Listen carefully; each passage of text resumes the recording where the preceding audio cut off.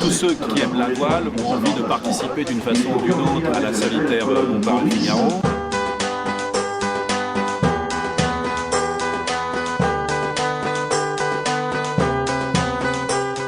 Je suis très impressionnée. C'est difficile, c'est très dur, ça va être physique. Donc j'imagine même là, hein, ça doit être voilà, la préparation. Donc j'ai pas pu malheureusement regarder tout à l'heure, mais je suis très impressionnée. Après, ce que je disais, c'est peut-être le sang breton, mais j'adore la voile. Et la solitaire, c'est très particulier, tous le même bateau, c'est cette espèce de compétition. Et j'aime bien, et c'est peut-être aussi pour ça que j'avais envie qu'il y ait deux générations, de me dire que c'est aussi un tremplin pour les jeunes qui arrivent et pour les découvrir, quoi. C'est vraiment ça pour moi, ici. Donc, merci, je suis très fière.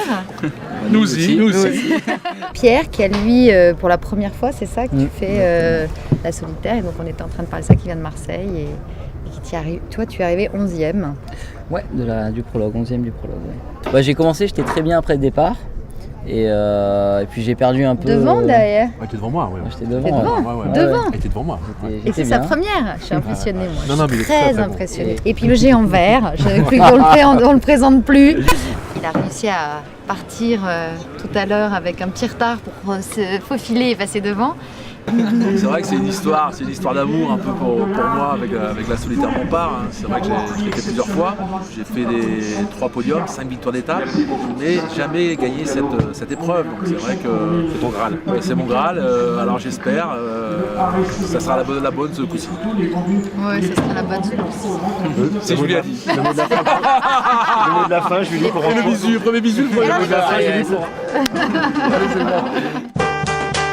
L'objectif c'est de gagner. Maintenant on sait que je ne suis pas le seul à avoir cet objectif-là, on est très nombreux. La solitaire du Figaro, c'est une course où il y a vraiment beaucoup de marins talentueux et des jeunes qui viennent nous bousculer aussi tous les ans. Donc c'est très ouvert, donc il va falloir faire pour le mieux, pas avoir de regrets et puis avoir du plaisir aussi, s'amuser. C'est ma 14e solitaire, mais j'ai toujours autant la motivation, toujours autant la niaque pour essayer de l'emporter. C'est une épreuve que j'ai jamais mis à mon palmarès et c'est vrai que j'aimerais bien cette année, pourquoi pas, l'emporter. Ça serait vraiment après la Transat G2R, la mondiale, du mois d'il y a 3 mois, et ben ça ferait vraiment très plaisir. La mer, la course, la Bretagne, la Normandie, tout ça, ça fait rêver beaucoup de monde. Et nous, on a aujourd'hui 2 raisons très précises d'être ici. La première, c'est que Erwan est un ami qu'on suit depuis 1999, je crois. Donc ça fait déjà une paire d'années. C'est un voisin, il habite Fouesnant, nous, Armor-Lux, on habite Quimper. Ça, c'est la première raison, les fondamentales. Cette marque Armor-Lux est pleine d'amitié, de respect, de fidélité. La deuxième raison, qui est aussi importante, c'est que nous avons avec Deauville une licence de marque et nous exploitons une marque Deauville par Armor-Lux. Et voilà, nous ne pouvions donc être absents de cette magnifique ville de la capitale de Normandie. Allez, je me lance. C'est chouette d'être ici à Deauville. Moi, c'est la première fois que je viens ici. Je ne connaissais pas du tout la ville, donc, mais je crois que c'est sûr que le cadre il est vraiment agréable. La solitaire, c'est des bateaux qui sont des bateaux humains. C'est des bateaux d'une dizaine de mètres qui sont très techniques mais qui sont humains. Ce n'est pas des monstres, premièrement. Deuxièmement, c'est un parcours que je connais très bien puisque je navigue dans toute cette région qui est donc la Bretagne, l'Angleterre, l'Irlande, la côte nord de l'Espagne et je connais les difficultés. Et donc mon admiration est immense de voir ces gens sur des bateaux, même relativement petits mais solitaires, affronter toutes ces complexités. Rien n'est plus intelligent que la navigation. Parce que ça change tout le temps. Il faut toujours s'adapter, toujours prendre les bonnes options et toujours aller vite. Donc j'ai une admiration infinie. Pour moi, vous savez, quand on est romancier, ce qu'on a envie de faire, c'est vivre la vie des autres. C'est une sorte de prolongation de ma vie. Donc pour moi, c'est le rendez-vous de l'année. Moi, j'adore la mer. Je suis un fou de la mer en dessous. Je suis pas du tout un marin. Mais quand je vois tous ces bateaux, moi, ça me fait vraiment rêver. J'adore ça. J'adore regarder les bateaux. De voir tout le port de Deauville en fait comme ça. Je trouve que c'est super de voir tous ces bateaux, de voir des vieux bateaux qui sont là aussi, des petits bateaux de pêcheurs, des anciens bateaux et tout. Je trouve trouve ça formidable. Et puis voilà, ça permet de rencontrer quelqu'un qui est un vrai passionné, qui m'a montré son bateau. Je suis ravi.